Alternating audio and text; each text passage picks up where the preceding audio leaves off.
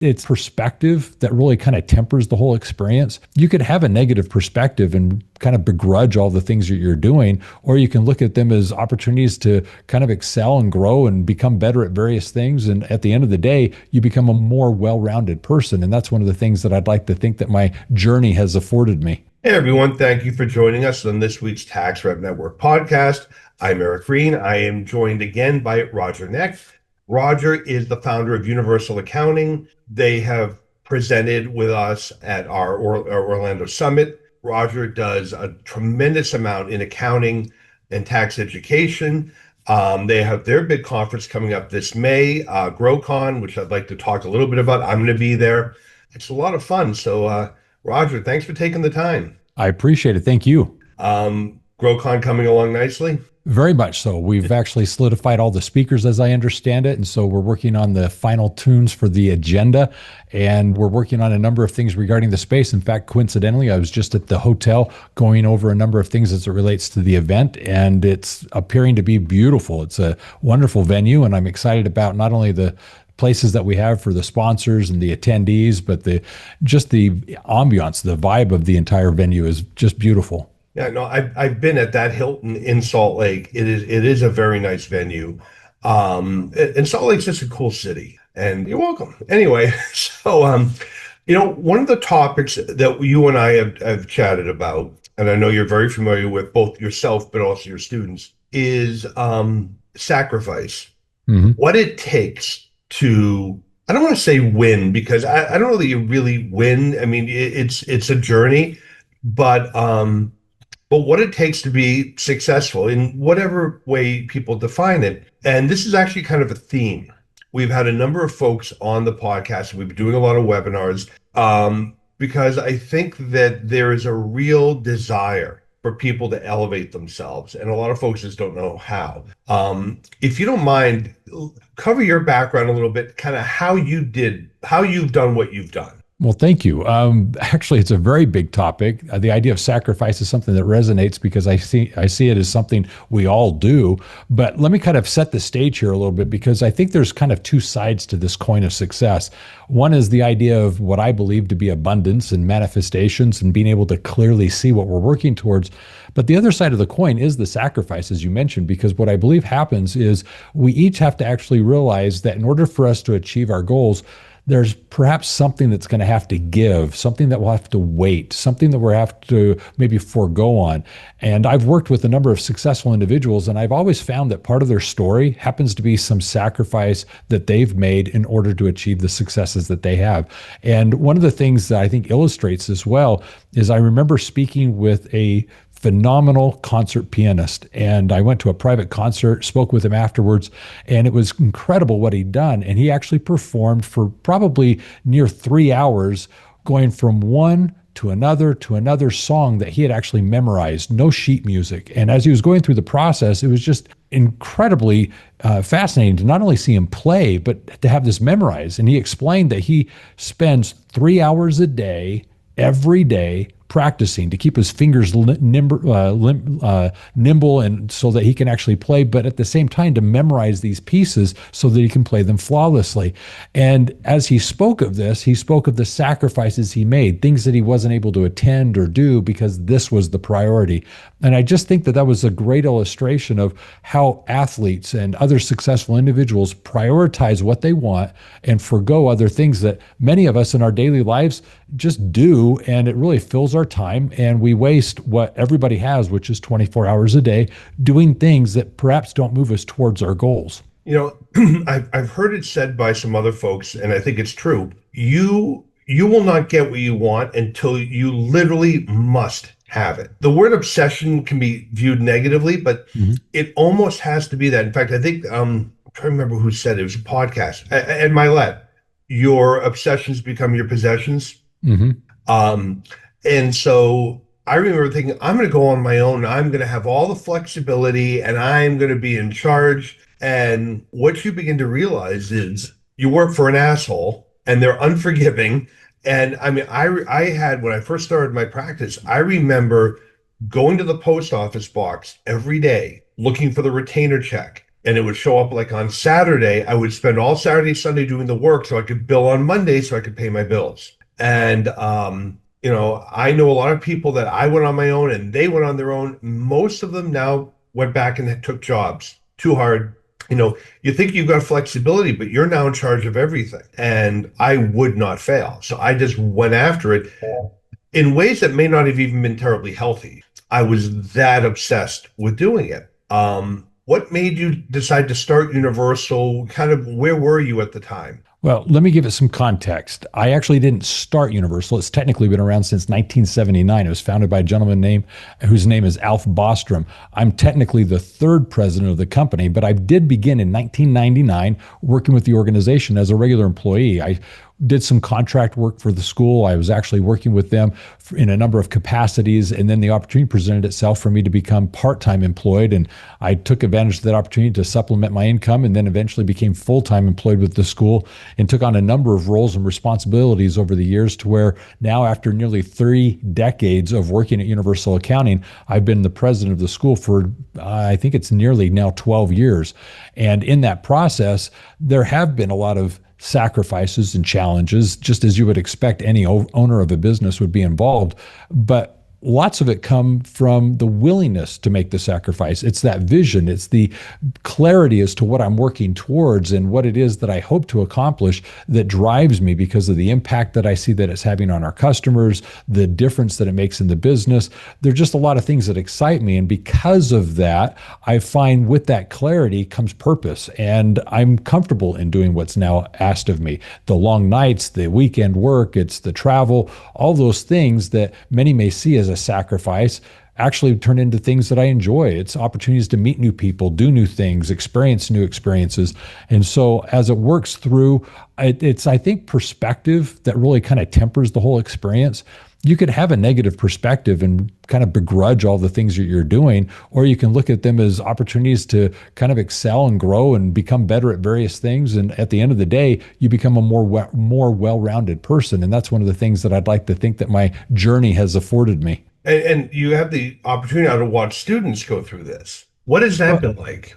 I mean, well, I that's have it on the tax rep side, so I'm curious what your experience has been for students that come in who want to get somewhere and watch them struggle and get and overcome. that's such a great question, because being a school, we're not a franchise. And so, although there are a number of things that I would definitely say are kind of turnkey, essential to be successful, it's nothing that I can necessarily require. They're not a franchise. This is their business that they're building. But what's interesting is, from an outside perspective, I see so many individuals that start with great intentions, wonderful aspirations, but honestly, it takes work. It takes that sacrifice that we're discussing right now. And what happens is these individuals start to realize that it is hard. And so what they sometimes want to accomplish, they forego and they let other things step in. Other people, they lean into what we give them as instructions, give them as direction, saying these are best practices. They lean into it and they accelerate their success and achieve far more than they anticipated.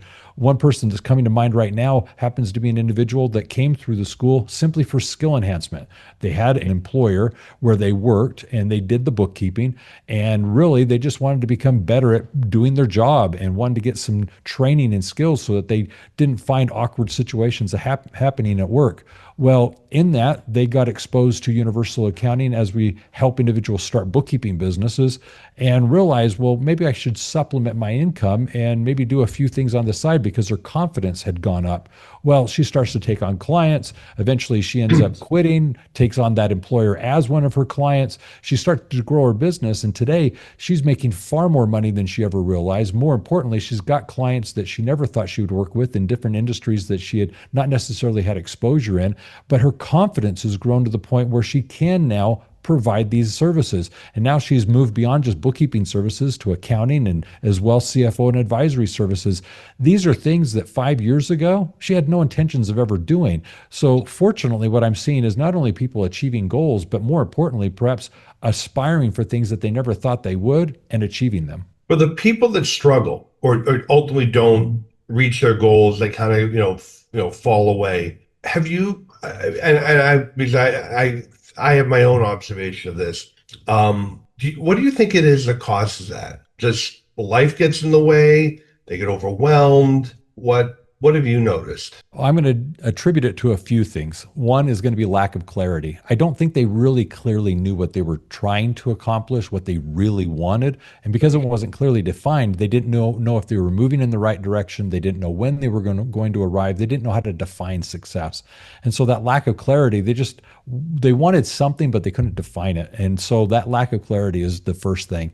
The second thing is life does happen. Unfortunately, we all experience trials, tribulations. We all have these setbacks. It's a question of whether or not we push through them. And the analogy I would give is this. I do firmly believe we will all experience very similar things in our life journey. They may come at different times or in different phases, but more importantly, we're all going to experience them. But the difference about life is whether we're going to trip over these experiences and skin our knees and really get banged up, or do we actually step up on these and as stepping stools rise above the situation and actually move forward. And I think what happens is a lot of people get distracted in life and through those distractions trip over these things that get in their way as they're moving in a direction that they'd like to be. And because they trip over them, it slows their progress, it frustrates their progress, they get hurt along the way. And at some point, they just lie on the ground and just give up. And that quitting, I think, is something that a lot of us experience, but it's those successful people that they still had the same experiences. They still had the same challenges, but rather than being caught up in and taken down by those challenges, they really did step upon them and use those as catalysts to actually push them further. So I really do believe we all experience these same challenges. It's just how we experience them. But the third thing I was going to say is this. We are creatures of comfort. There are things at times that we would just rather say, you know what? I just need to pause. I need a break. I just need to find some way to relax. I'm overwhelmed and I need to decompress. And unfortunately, some people choose coping mechanisms that I think are detrimental to their health. I think they choose coping mechanisms that actually slow their progress. And because they challenge with how they actually cope with situations, it really inhibits or deters their ability to be successful. So you've got to have great coping strategies. You've got to have a great resource of support that you can lean on, friends, family that are there to bolster you up. You've got to have a phenomenal attitude, a willingness to make these sacrifices as we're describing them and push forward. But it all kind of stems back to that original thing of the clarity. If you're not clear as to why you're doing this, what it's all about, what you're trying to accomplish, how you define success, it's quick and easy to give up. Right. I agree with all of that. I have a friend of mine, they're actually brothers who both became Navy SEALs I grew up with. I've had the younger one, Steve, who I'm closer to, on the podcast, and we were talking off camera, and he just said something that had struck me, that most people quit because they become overwhelmed. And the best advice he said you get is usually, at least when he went through BUDS, which is basic underwater demolition SEAL training, was to keep his world small. And, day after day, when you start thinking, I got 6 more months of this, it becomes overwhelming. He said the best advice he got is when you wake up, make your bed, get to PT on time. Your goal is to get to breakfast. After breakfast, your goal is to get to lunch. After lunch, to get to dinner. And after dinner, do whatever you got to do in the evening and get back in bed. And when you do that, and if you do it 180 whatever times, you'll graduate. And I find that a lot of members get very flustered. It feels like there are a lot of moving parts, automating this and building their practice, whatever. And what I generally tell them is, look, if you just list everything you got to do. First of all, it's probably not as bad as you think. And number two, I now have a goal. I can knock that off, and you just start knocking things off the list. You're making progress. You're accomplishing something. Gives you a boost. Ups your morale. And you keep going. And I find that, especially today with social media and all the other stuff bombarding us, it's easy for people to get overwhelmed. But and as you said, the big thing is, where are we going? My $1 Million Practice book actually opens with a conversation I had with Brent Robertson, who's a consultant at Fathom, which is a consulting group here in Connecticut. And I'm whining about, everything's great. Tax reps growing. The firm is great. Why am I so miserable? And he said, what do you want? And I was like, what do you mean, what do I want? He said, what do you want? He said, don't tell me money. Describe what you want your day to look like, your month, your year. And I couldn't. He said, until you do that, nobody can help you because nobody knows what you want. And so and this is an old saying, but I think it's true. I tell the members, if you want $1 million practice, okay, $1 million. Where are you now? What do you have returns and all that? Deduct that. All right, so there's what we need to grow. Now, if you break that down monthly, what they'll find is, that's not that bad. If I pick up 5 new clients a month, I get one rep case a month, all of a sudden now, and if there's if I reprice in, adjust my pricing so that it's in line, before you know it, if they were at 500, they want to get to 1 million. That 500, they're already at 650 just by tweaking what they have. And now with a very defined goal, it becomes doable. It's like, what is it? You have a goal, you break down the steps, now you have a plan and just execute the plan. But I do think people just get overwhelmed and give up. Yeah, It's funny. We have people come through tax I was just gonna say, who leave and then they'll come back and it's like they're coming to confession with me. I got overwhelmed. This happened, that happened. I'm like, I totally get it. We all have these, issues that come up in life. Everyone does, but just put yourself to it, come up with a plan, let us know how we can help you and move towards it. But people will come out and they'll come back because they want it, but then, something happens and they give up. And it concerns me a little bit. Maybe well, not. well, the thing that you're pointing out here, and I think it's worth repeating, is that state of overwhelm. It's okay to be whelmed. Whelmed is okay. That's busy. That's productive. That's effective. That's being proactive. Overwhelmed means that you're being stretched beyond your means. But there's two things to realize. You brought up earlier the example of the SEALs team's training. I'm not a SEAL. I'm only familiar with the training, but one of the things that I understand conceptually from what part of the training consists of is in Hell Week, and part of the Buds training is they're trying to show that you're more capable than you realize, that your mind will sometimes give up before your body is really overwhelmed. Your body can do so much more than you can actually realize. And so that realization that they don't need to quit as soon as we typically want to give up is so overwhelming that what we need to do is realize we have so much more potential in ourselves. And so these individuals who do become overwhelmed, it is paralyzing. And one of the things that I learned, and this is something, maybe it's just because of maturity and years and just because of experience, but there's a phrase that I think is so helpful, and it's "this too shall pass." A lot of the things that I think that are overwhelming, that do weigh us down, that do frustrate us, we need to step back and say, okay, you know what? This is going to pass at some point. This might last for another day, another week, but this too shall pass. And I believe we can reflect in our lives and realize there were a lot of challenges that we've experienced, but look, it's behind us now. It's over. It's no longer part of who we are. It's something we can learn from and grow from, but we're not dealing with it any longer. And so all of a sudden, that perspective can really be inspiring to let us know, you know what, I can push through this. I can get through to the other side. This isn't going to kill me. And so all of a sudden, that gives you a little bit more of a breather that allows you to kind of say, okay, I can do this. And you just now trudge on. Right. That's right. So for the folks listening to this who maybe they want to go out on their own, start their own business, or maybe they're stuck kind of where they are, what's your best advice to those people? I appreciate the question because I would like to leave with some advice and some suggestions. The first thing I'm going to start with is what I was alluding to earlier. It's clarity. What is your purpose? What are you trying to accomplish? How would you define success? What is it that you think is essential for you to be happy? And all those things, once you can clearly define them, give you a little bit more clear direction as to what you need to be working towards. The second thing I'd point out is, just like you indicated earlier, you need to chunk it down into small, bite-sized pieces. You have to show that it is manageable and that you're able to move towards things. If you can, on an hourly basis, a daily basis, feel like you're progressing, it makes it feel like you're actually moving towards your goal. And that's what you're looking for. Yep. And that sense of overwhelm can be eliminated. So now that you have that clear direction that you're going in, you set those SMART goals, small, realistic goals. All of a sudden, what happens is you feel progress. The third thing I would definitely suggest is you need to have friends, family, associates, colleagues that inspire you. You have to be around individuals that are encouraging and motivating, that are positive and uplifting. Those individuals can bring an energy to what it is you're doing that you can tap into and utilize to stay positive and stay encouraged. Because one of the things that I think is so hard is when you're around individuals that are negative and depressed and frustrating, they can weigh you down. And what we want to do is be around those people that inspire us and drive us.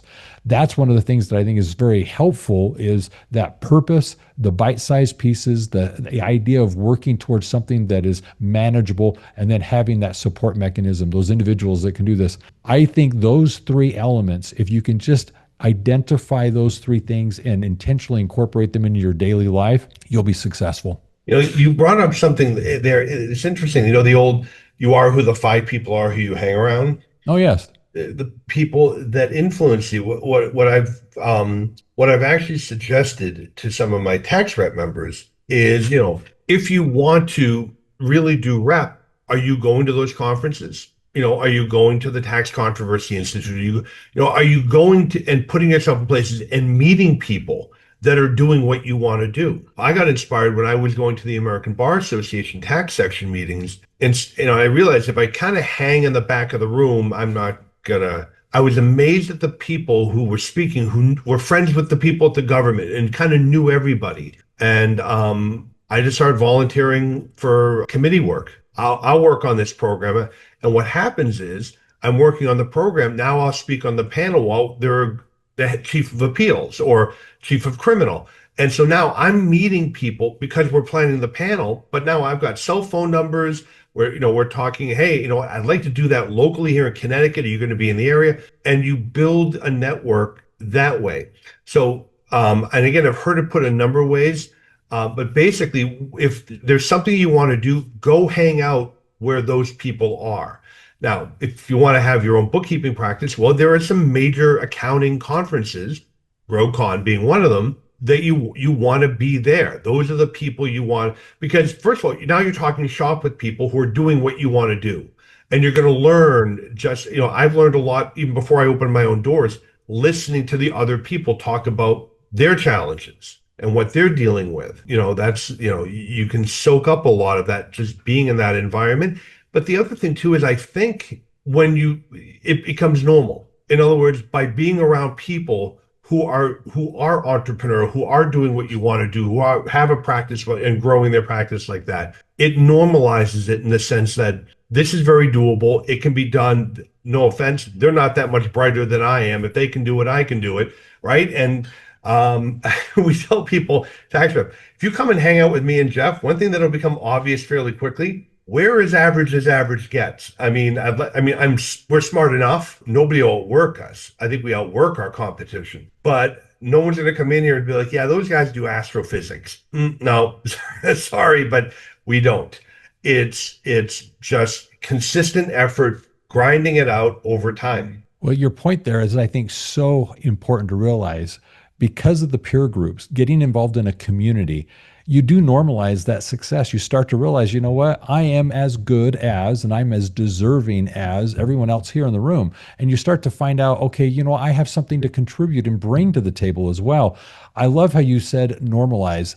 I really do feel, after I've met millionaires, billionaires, all of a sudden you start to realize, they still put their pants on one leg at a time. I remember being with someone, it was a individual who's a multimillionaire. We were going to dinner and the wife was nagging them and chastising him on his directions. And I thought, this is so normal. This is so everyday. I know this feeling. Obviously what's going on. So all of a sudden you just start to realize, okay, this isn't anything that's so abnormal that I can't relate to it. No, it is. And so through that, you normalize it to the point that you realize you're just as deserving of it. The American dream is still alive and true. So tap into it. And I think becoming a member of a community, an organization that allows you to kind of associate with individuals in your similar field is so important. That's why, like you mentioned, GrowCon is such a phenomenal event because it's for owners of bookkeeping, accounting, and tax businesses. You come there, you get to make not only new friends, but collaborate with other people, better service your clients with additional connections. This is fabulous. People come to the conference oftentimes because of what they expect at a conference, the speakers and what's going to be said over the stage, but they leave with these connections and these associations they didn't realize existed, and now they're a part of them. And what my last thought on that, for those folks listening, you will get out what you put in. Yes. If you're going to go, make sure you go and talk to people. If you're going to kind of hang there with your drink and kind of on the sidelines, it's not to be rude, but don't count on that the Ben Kenobi to come and lead you to becoming a Jedi. You got to go find mentors. I kind of latched myself onto people who became a mentor, whether they wanted to or not.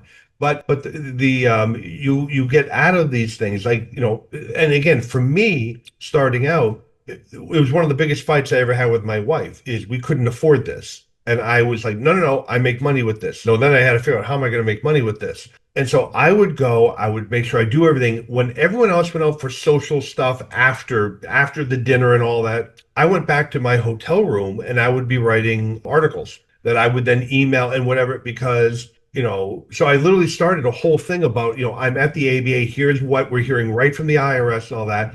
And I would get cases and I could, point to, hey, I'm spending 1,500 to be here, but I just got in 15,000 in work, plus my network, plus all the other stuff. And so I would view this as you're not just going to go and sit there. And look, you don't have to be the life of the party, but make sure you go. Honestly, I'm going to meet 5 people. Yeah. I'm going to meet 5 people if you want to do it that way. And if they're government speakers, I want to at least get to introduce. And if I can have coffee or whatever, and just start building that circle and that network. This way, when if you are a solo, if you are on your own, you're not really on your own. You've got this network of people, no different than if you're at a firm.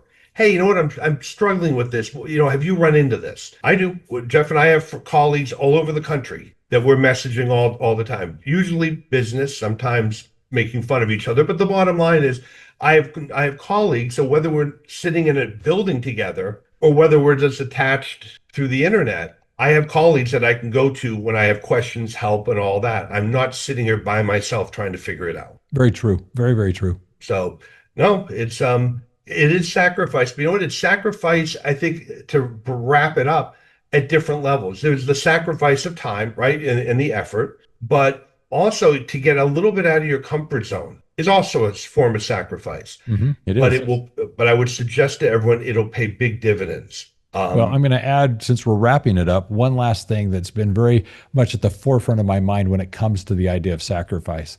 And it's a saying I was taught years and years ago, and it's no success can compensate for failure in the home. I think one of the things that we get kind of drawn to, especially in business, is there is this allure of having success in our business and with the associations we have and the accomplishments we achieve.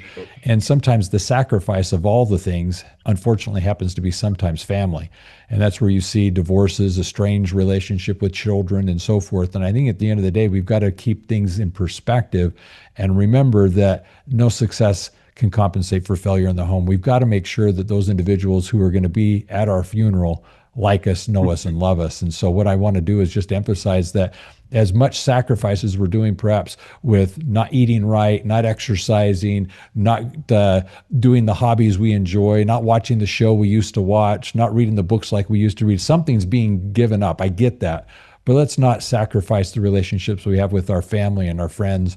Those things, I think, are the lifelong things that we're going to have long after we're done and retired. They're the ones that we're going to be involved with in those final days. And let's not regret having not given them the priorities that they deserve. Very good advice.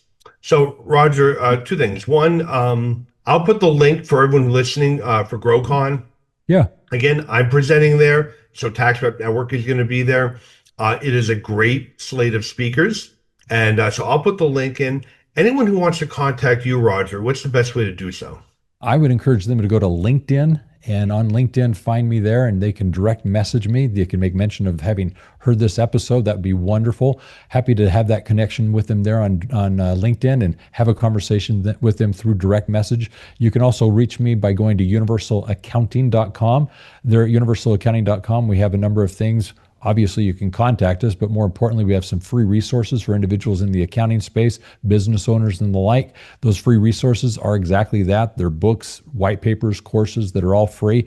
And then we also have a podcast that I happen to host where we have highlights, playlists that we've combined, and clearly information, as you mentioned, regarding GrowCon, when the event is and the details about that. And love to have people register and join us for GrowCon. Absolutely. It's a great event. And and if you are going, let us know. I look forward to meeting you there. And Roger, listen, thank you for taking the time. I appreciate it. And everyone, thanks for listening in. Check out the link below. Go check out GrowCon. Check out Universal Accounting. And see you next week on the podcast. Eric, it was a pleasure. Thank you for having me on. And remember this, if it's about accounting, it is universal. Thank you, Roger, and thanks everybody for listening.